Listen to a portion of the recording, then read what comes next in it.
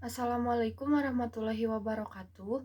Perkenalkan, nama saya Aing Pitiani dari kelas 12 RPL 4. Pada kesempatan kali ini saya akan memaparkan hasil dari perancangan dan juga penggunaan aplikasi yang saya buat yang berjudul Aplikasi Restoran Sundanese Food berbasis objek aplikasi desktop. Langsung saja saya akan langsung masuk ke tahap perancangan. Yang pertama ada use case. Use case menggambarkan bagaimana seorang pengguna berinteraksi dengan sebuah sistem untuk mencapai tujuan tertentu. Di dalam use case terdapat 3 aktor yang masing-masing memiliki hak akses yang berbeda. Langsung saja di sini yang pertama ada aktor admin dengan hak akses.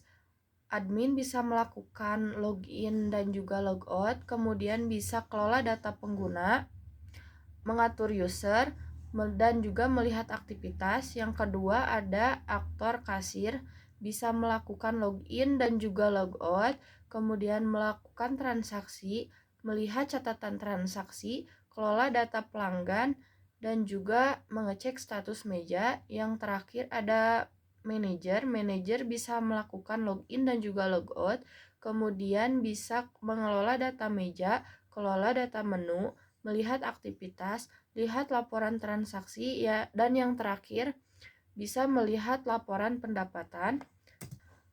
Selanjutnya yang kedua ada diagram activity yang merupakan aliran kerja atau urutan aktivitas dalam suatu proses yang bertujuan untuk merancang sistem atau proses yang efisien dan juga efektif.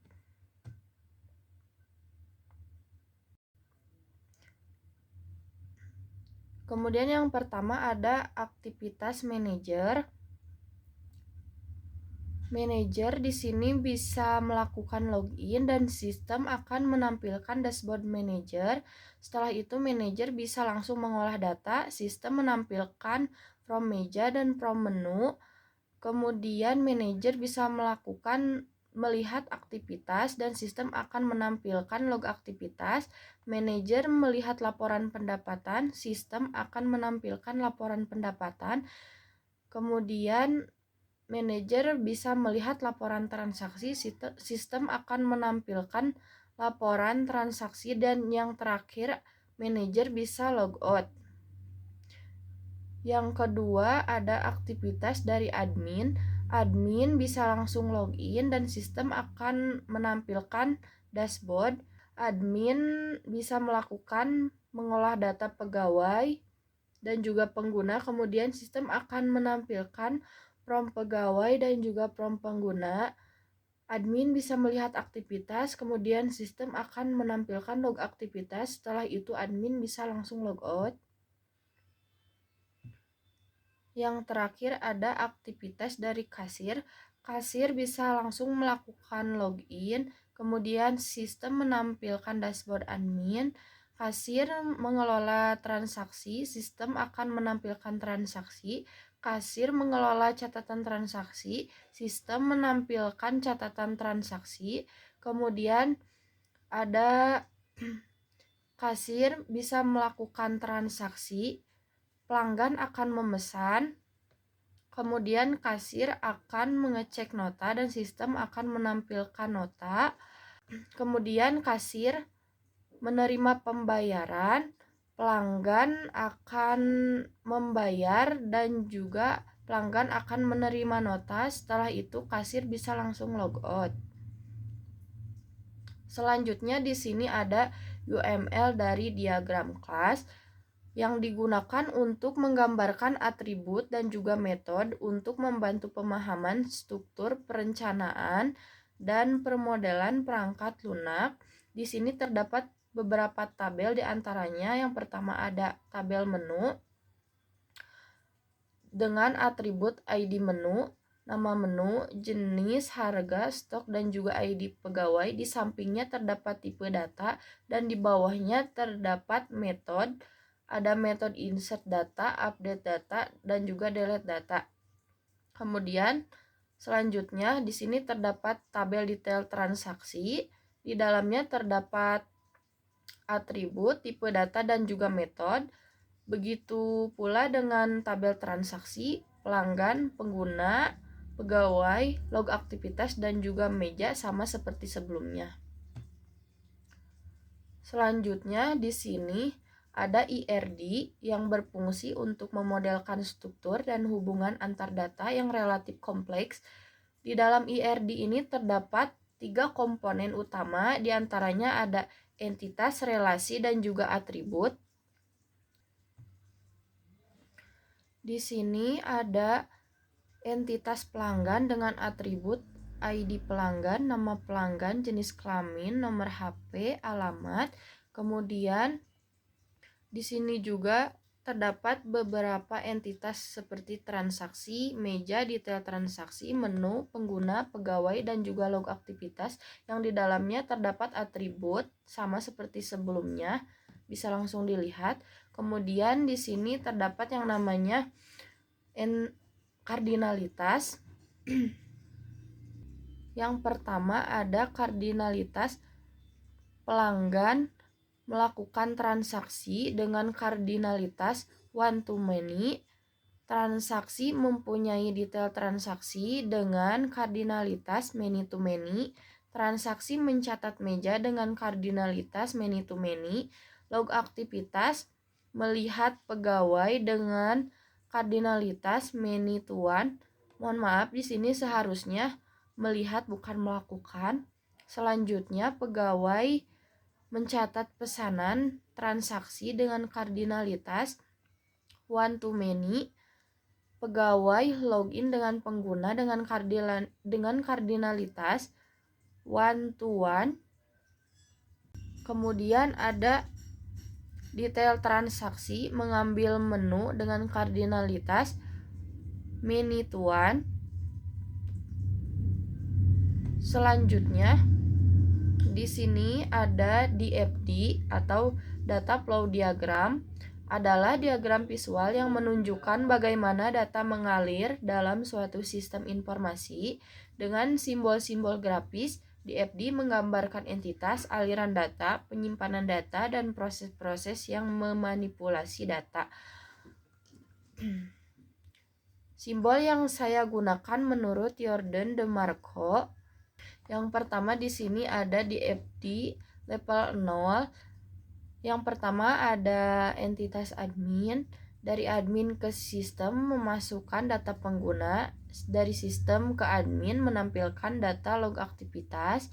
Kemudian ada kasir. Dari kasir ke sistem memasukkan data transaksi pesanan, data pembayaran, data konsumen. Kemudian dari sistem ke kasir menampilkan data transaksi pesanan dan juga data konsumen. Yang terakhir ada manajer. Dari manajer ke sistem menambahkan data meja, data konsumen, data menu, dan juga data petugas. Dan dari sistem ke manajer menampilkan data konsumen, data transaksi pesanan, data laporan pendapatan, data log aktivitas, dan juga data petugas. Selanjutnya ada DFD level 1 dengan 9 proses. Ada proses pesanan, konsumen, menu, meja, petugas, pengguna, pendapatan, aktivitas, dan juga login. Di dalam DFD level 1 terdapat 3 entitas. Yang pertama ada kasir, bisa mengelola pesanan dan juga data konsumen. Admin bisa mengelola petugas, pengguna, dan juga melihat aktivitas. Yang terakhir ada manajer. Manajer bisa mengelola konsumen, menu, meja, dan juga petugas. Ketiga entitas ini bisa melakukan login ataupun logout. Selanjutnya ada DFD level 2. DFD level 2 juga sama, terdapat 9 proses. Di sini saya akan mencontohkan atau menjelaskan pada proses konsumen. Di sini terdapat 4 proses. Yang pertama ada tambah data, edit data, hapus data, dan juga menampilkan data. Di sini kasir bisa menambahkan, bisa mengedit, menghapus, dan juga menampilkan data dari data konsumen. Selanjutnya ada DFD level 2 dari meja. menu, petugas, pesanan, pendapatan, pengguna, login, dan juga log aktivitas. Selanjutnya, perancangan flowchart. Di sini ada beberapa simbol. Kemudian di sini ada pengertian flowchart. Flowchart adalah urutan proses kegiatan yang digambarkan dengan beragam bentuk simbol. Secara umum, flowchart bertujuan untuk menggambarkan urutan penyelesaian masalah dengan sederhana dan juga jelas.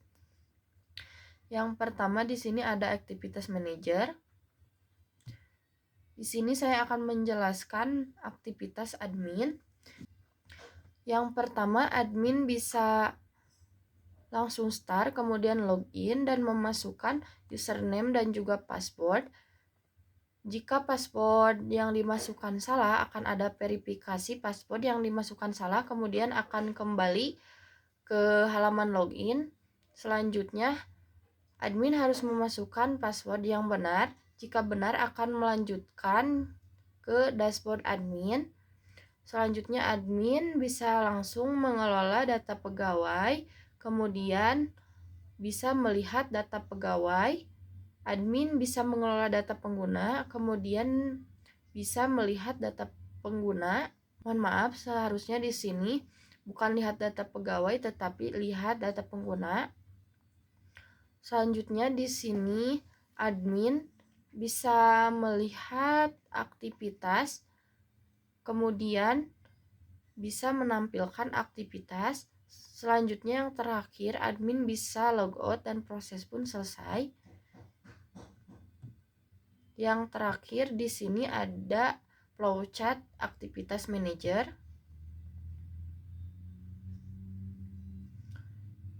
Yang terakhir ada perancangan mockup. Di sini ada tampilan yang pertama atau tampilan awal login, tampilan dashboard manager dari manager, dashboard admin, dashboard kasir, kemudian daftar meja, daftar pelanggan, data pelanggan, data pengguna, data meja, data transaksi, laporan transaksi penjualan, laporan pendapatan, tentang halaman tentang dari manajer, admin, dan juga kasir. Selanjutnya yang terakhir ada update status meja. Untuk perancangan sudah selesai. Di sini saya akan melanjutkan ke tahap penggunaan atau cara menggunakan aplikasi yang saya buat. Langkah yang pertama harus masuk dulu ke aplikasi NetBeans. Pastikan sampai P-nya sudah aktif atau dinyalakan. Untuk melakukan proses login, di sini harus mengklik terlebih dahulu pada From Login.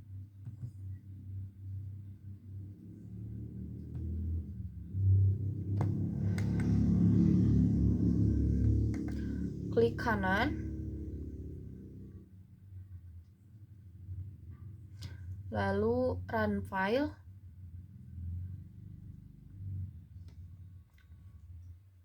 Tunggu sampai tampilan login muncul. Tampilan login sudah muncul. Yang pertama di sini saya akan melakukan login pada admin. Yang pertama harus memasukkan username sesuai dengan yang ada di database. Selanjutnya untuk contoh di sini saya akan memasukkan password yang salah terlebih dahulu.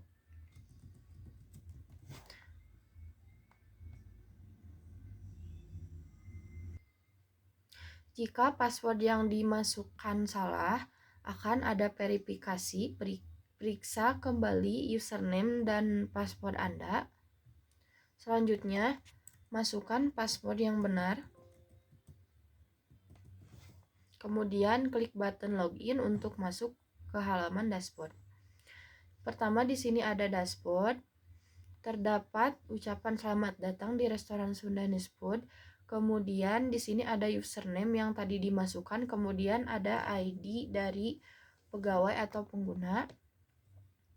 Langsung saja di sini saya masuk ke hak akses data pegawai.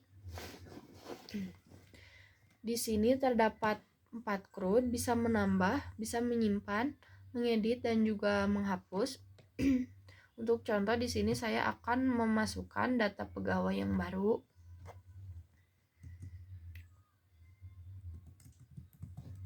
Sinta. Untuk nomor handphone harus memasukkan angka saja, tidak bisa memasukkan karakter.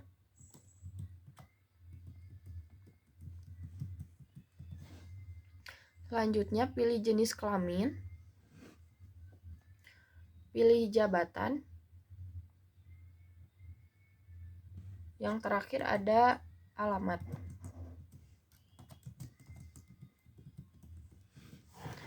Jika data sudah dimasukkan, langsung saja di sini bisa mengklik button save untuk menyimpan ke dalam tabel,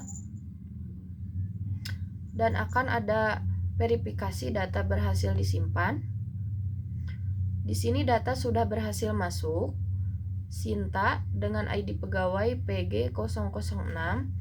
Jika ada data yang ingin diedit, yang pertama harus mengklik dulu data yang ada di dalam tabel, kemudian misalnya di sini saya akan mengedit pada nama. Jika data sudah diedit, bisa langsung menyimpan dengan mengklik button edit untuk mengedit dan juga memasukkan data yang baru ke dalam tabel. Data berhasil diubah, kemudian klik yes. Yang terakhir, jika ada data yang akan dihapus, bisa langsung mengkliknya dengan button hapus yang ada di sini. Karena nantinya di data pengguna kita akan membutuhkan data pegawai, jadi saya akan memasukkannya lagi data pegawai yang baru.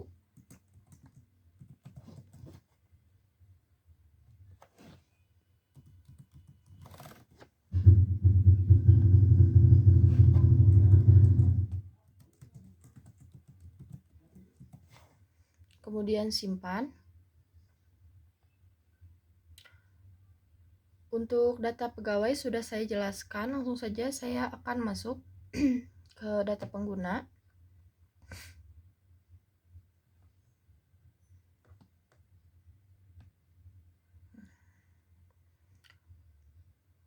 Data pegawai yang tadi diinput sudah masuk di dalam data pengguna pada tabel pegawai. Kemudian di sini harus memasukkan identitas atau data dari pengguna.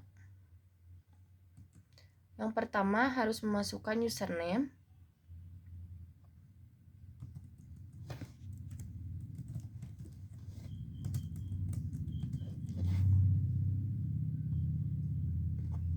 Kemudian masukkan email.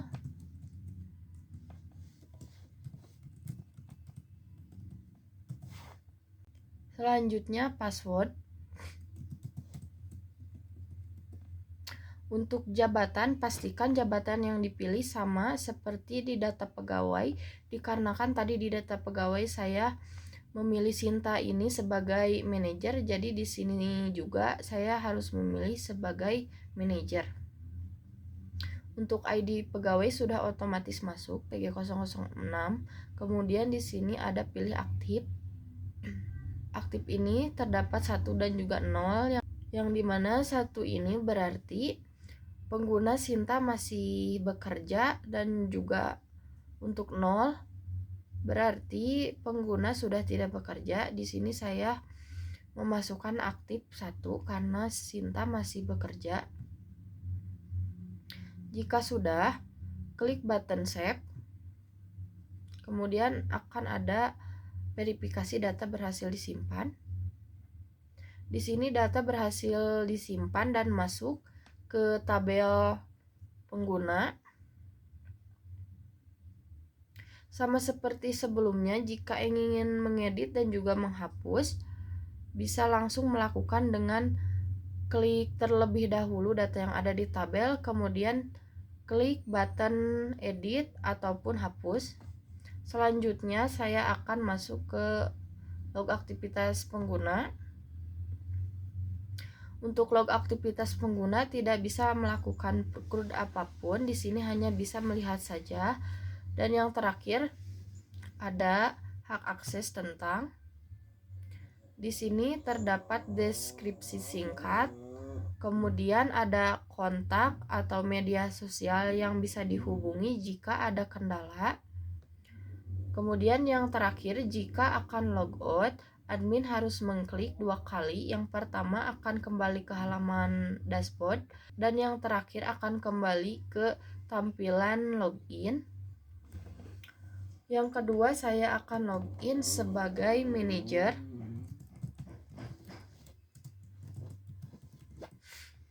Masukkan password dengan benar. Kemudian login. Sama seperti sebelumnya, ketika mengklik button login akan langsung tampil ke halaman dashboard. Langsung saja di sini saya akan ke data menu. Terdapat 4 CRUD, bisa menambah, menyimpan, mengedit dan juga menghapus. Kemudian di sini saya sebagai contoh akan langsung menambahkan menu yang baru. Misalnya seblak. Pilih kategori makanan, inputkan harga, dan juga masukkan stok. Jika sudah, langsung saja klik button save untuk menyimpan ke dalam tabel. Menu sudah berhasil masuk. Sama seperti sebelumnya, jika ingin mengedit dan juga menghapus, klik terlebih dahulu yang ada di tabel, kemudian pilih button edit ataupun hapus. Selanjutnya di sini ada fitur cari. Jika terdapat misalnya 100 menu dan ingin mencari menu tertentu, bisa langsung saja diketik. Misalnya di sini saya akan mencari menu sambal hijau. Data yang akan muncul hanya sambal hijau saja, karena di sini kita hanya mengetik sambal hijau. Selanjutnya saya akan masuk ke data meja.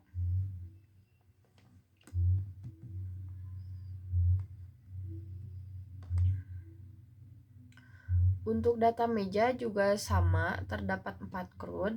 Di sini saya akan menambahkan data meja yang baru. Nomor meja. Pastikan nomor meja harus berurutan dengan yang sudah ada di tabel. Pilih kategori. Jumlah kursi.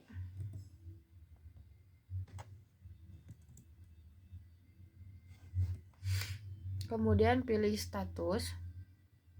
Status 1 artinya kursi masih tersedia dan 0 artinya kursi sudah tidak tersedia. Kemudian save. Selanjutnya di sini ada CRUD edit dan juga hapus. Jika ingin menghapus ataupun mengedit, bisa langsung mengklik. Kemudian pilih salah satu button yang ingin digunakan. Selanjutnya saya akan masuk ke laporan transaksi.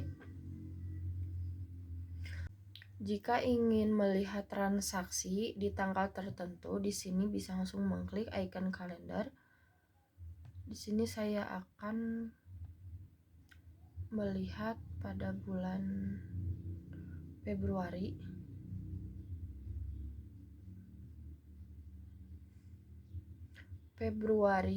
Tanggal 26. Kemudian klik button lihat. Transaksi pada tanggal 26 hanya ada 1. Selanjutnya di sini ada fitur pilih dari tanggal. Sama seperti sebelumnya, klik icon kalender, pilih tanggal. Misalnya saya dari tanggal 25 sampai dengan tanggal 28, kemudian lihat di sini terdapat beberapa transaksi dari tanggal yang tadi diinputkan. Kemudian ada fitur semua. Semua transaksi akan ditampilkan di dalam tabel. Kemudian yang terakhir ada fitur pegawai. Selanjutnya di sini saya akan memilih kasir yang sudah melakukan transaksi sebelumnya. Kemudian klik button pilih. Dikarenakan kasir Miaura sebelumnya belum pernah melakukan transaksi, jadi datanya belum ada atau memang tidak ada di dalam tabel. Selanjutnya saya akan memilih kasir Fitri. Untuk kasir Fitri sudah ada karena sebelumnya sudah melakukan transaksi. Selanjutnya saya akan masuk ke laporan pendapatan. Sama seperti sebelumnya terdapat fitur tanggal dan juga pilih dari tanggal. Selanjutnya di sini ada total yang sudah masuk. Sini saya memilih tanggal 25 Februari, kemudian lihat total yang masuk 275.000.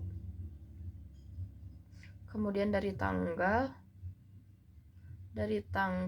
26 sampai 29, kemudian klik button lihat. Total yang didapatkan sebanyak 125.000. Selanjutnya ada log aktivitas, sama seperti sebelumnya. Untuk log aktivitas hanya bisa melihat, kemudian tentang, ada deskripsi singkat dan juga bantuan. Selanjutnya yang terakhir saya akan log out dan akan login yang terakhir sebagai kasir.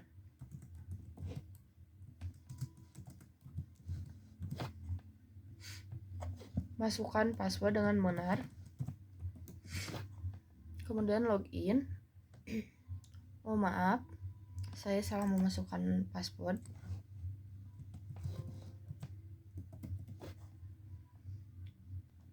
Untuk hak akses kasir di sini saya akan langsung masuk ke halaman transaksi dan akan langsung melakukan transaksi. Yang pertama, klik button tambah. Pilih menu yang akan dipesan. Di sini saya akan memilih Batagor.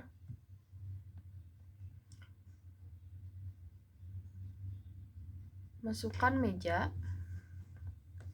dan juga pelanggan. Selanjutnya di sini masukkan jumlah, kemudian enter. Harga totalnya akan masuk. Kemudian klik button tambah. Setelah mengklik button tambah, pesanan akan langsung masuk ke tabel detail transaksi. Untuk harganya sudah langsung masuk 24.000. Kemudian di sini saya akan menginputkan uang, misalnya 50.000.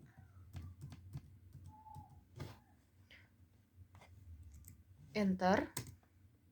Kembaliannya akan langsung masuk 26.000.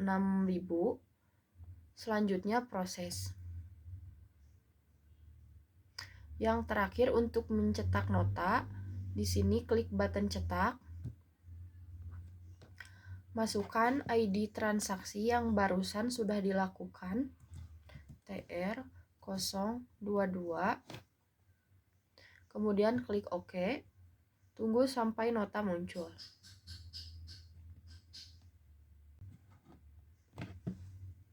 Untuk nota yang barusan sudah dilakukan sudah berhasil muncul. Dan di sini terdapat total bayar kembalian yang barusan diinputkan. Jika sudah, close saja.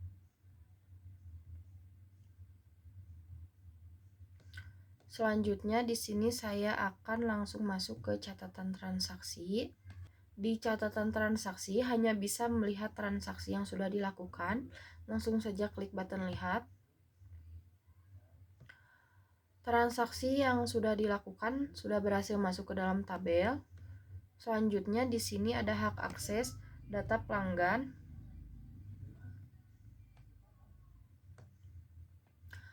Sama seperti di hak akses sebelumnya, di sini bisa menambahkan, menyimpan, mengedit dan menghapus.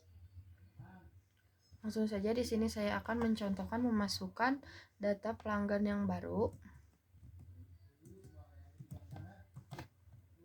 Masukkan nomor handphone. Pilih jenis kelamin. Kemudian yang terakhir harus menginputkan alamat. Jika sudah, klik save. Data sudah berhasil masuk. Yang terakhir di sini ada update status meja. Kasir hanya bisa mengedit statusnya saja. Jika ingin mengedit status, klik terlebih dahulu data yang ada di tabel, kemudian pilih status. Karena sebelumnya status mejanya 1 atau tersedia, jadi saya akan memilih statusnya menjadi 0 atau tidak tersedia. Jika sudah, klik button edit. Klik yes. Status berhasil berubah menjadi 0. Yang terakhir ada hak akses tentang. Terdapat deskripsi singkat dan juga kontak atau media sosial yang bisa dihubungi jika ada kendala. Kemudian yang terakhir, kasir bisa logout.